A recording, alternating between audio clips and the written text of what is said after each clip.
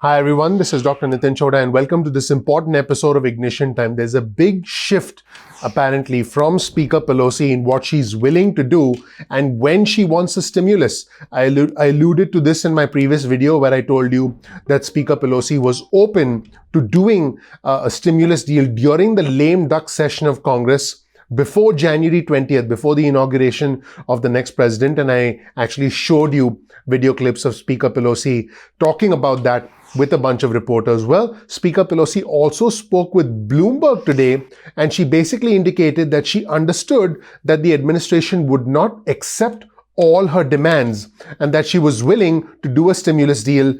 And this is big news because the speaker has been extremely focused on making sure that she got everything that she needed, whether it was a language for testing and tracing, whether it was the aid for state and local governments, whether it was all the other provisions related to the liability shield, which is so important for the Republicans. So the speaker seems to have indicated a big shift in her position for the first time. I'm not sure if others have picked up on this yet, but this is significant. In fact, you'll see an article on your screen that was just reported by Bloomberg. And the article reads, Pelosi sees post-election stimulus possible before new Congress. So the House Speaker does see this indeed as being a possibility. Now, I want to be clear. The administration feels that she's not serious about doing a deal. In fact, I referred you to Larry Kudlow's comments earlier on my videos today. So definitely make sure you check out the other videos from our channel earlier today. And I referred to Larry Kudlow's comments where Larry Kudlow said that House Speaker Pelosi had no intention of compromising. But as you're about to see in this clip, in this news clip where House Speaker Nancy Pelosi was interviewed by Bloomberg, House Speaker Pelosi said that it's still possible to get a deal on stimulus relief with the Trump administration after the election, during the lame duck session of Congress, before the inauguration of the next president, which happens on the 20th of January. So again, we're talking about the time period between November 3rd, the election, and the 20th of January. That's called the lame duck session of Congress. So here we have House Speaker Pelosi, and here we have President Trump, and it seems like House Speaker Pelosi is ready to do a deal. In fact, she said, I think so, when she was asked about the deal. And she said, I hoped we could at least have an agreement before the election, but they have not responded. It's clear that Speaker Pelosi is still waiting for responses to several items from the administration because she has specific requirements. But she did say something that, again, I thought was very significant. Now, I want to be clear. Speaker Pelosi did send a letter to the U.S. Treasury Secretary Steven Mnuchin outlining 7 areas of disagreement where the speaker was waiting for clarification. But what the speaker said on this Bloomberg interview really jumped out at me. The speaker said, and I quote House Speaker Pelosi, she said, "We don't expect them all to be in our favor." This is the first time we've heard her say that. She said, we don't expect them all to be in our favor. And I just want to be clear, in the meantime, President Trump has continued his comments, if you will, about Speaker Pelosi and saying that she's trying to stall before the election. His top economic advisor, Larry Kudlow, and I did allude to this earlier, he said today on Fox News, our team now believes that the speaker has no intention of compromising on key issues. But first, let's listen to the House Speaker and let's see exactly what she had to say in her own words. Let's roll the tape. Is there any realistic prospect really that this could get done in a lame duck session? Well, I think so. I think that last weekend when the chief of staff to the president, Mark Meadows, said, we're not controlling the virus, he confessed that they never intended to do so, that they called it a hoax, that it was going to disappear miraculously, magically, and the rest. And what has happened? People have died. And so, again, that recognition that they have surrendered to the virus and we are not, we're there to crush it. Now we can go to the table with a clear understanding in the public mind as to what we need to do. And I had hoped that we could at least have an agreement before the election, but they have not ever responded to, we'll come, the secretary and I will come to a place of, all right, this is where we could be, but we've never gotten back. 2 weeks ago today, the secretary said that they were willing to accept our testing language with a light touch in the language. The light touch happened to be erasing 55% of it, largely in communities of color who are dying at a higher rate than people who are white. You've heard me say over and over, children who are Black or Hispanic have more, 5 to 8 times more possibility of going to the hospital with COVID than white children. So they erased all of that. I don't know. I mean, it doesn't make sense. So now we're saying, okay, you confessed to not controlling it. You understand that we must.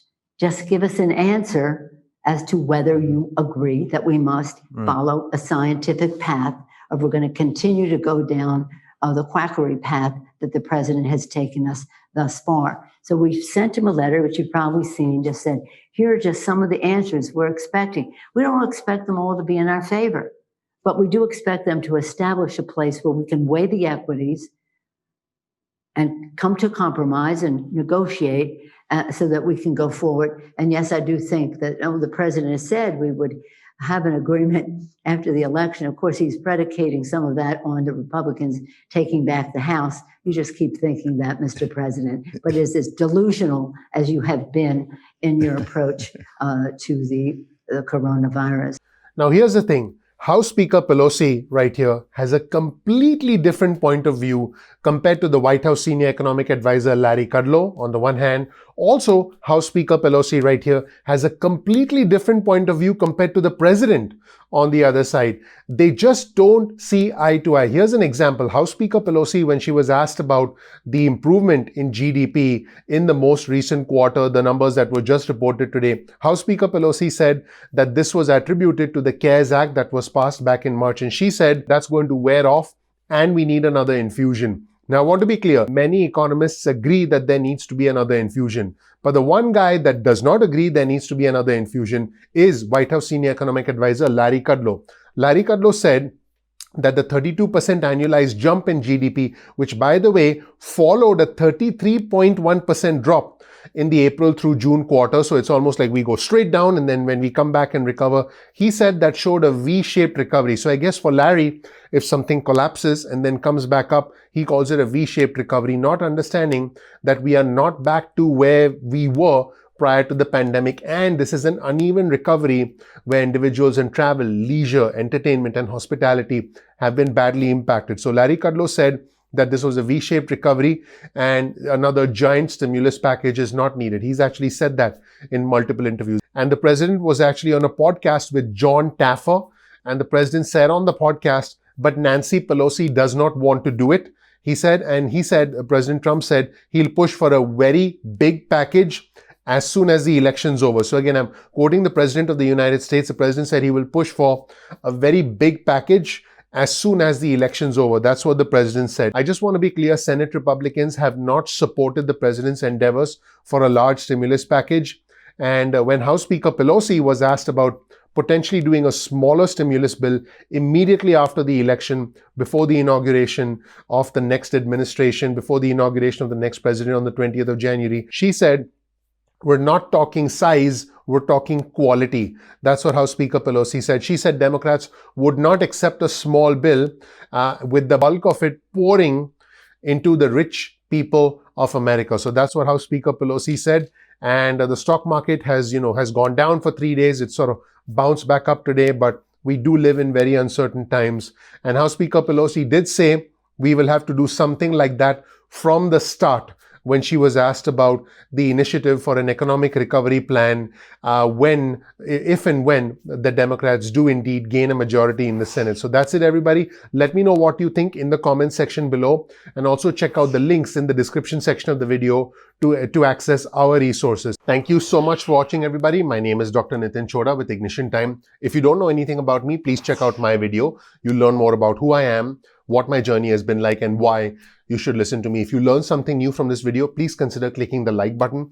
Please ignite the subscribe button because the name of our channel is Ignition Time. And please enable notifications so you get instant updates from our channel going forward. Now remember, we release videos at 2 p.m. East Coast time most days of the week. That's 2 p.m. You can get your cell phone out, send a text message with the word ignition or with the word time to 70,000. That's 70000.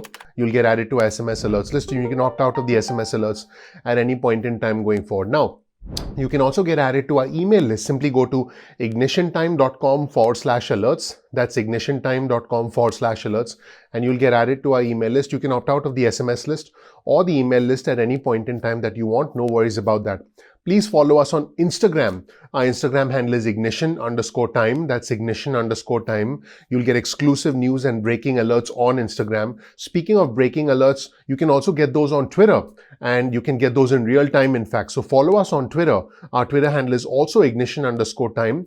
That's ignition_time. And finally, keep in mind that YouTube does not always release notifications on time. So simply bookmark youtube.com/ignition_time.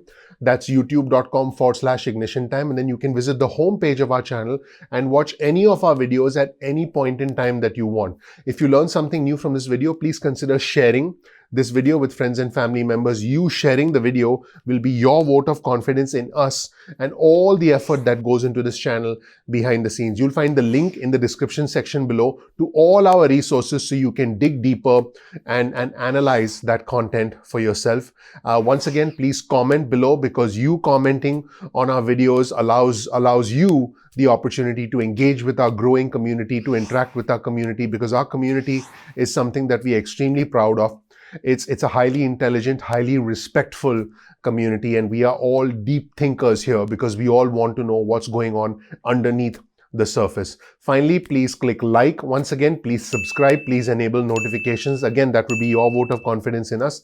Thank you so much. I'm looking forward to seeing you in the next episode of Ignition Time. Thank you. Bye.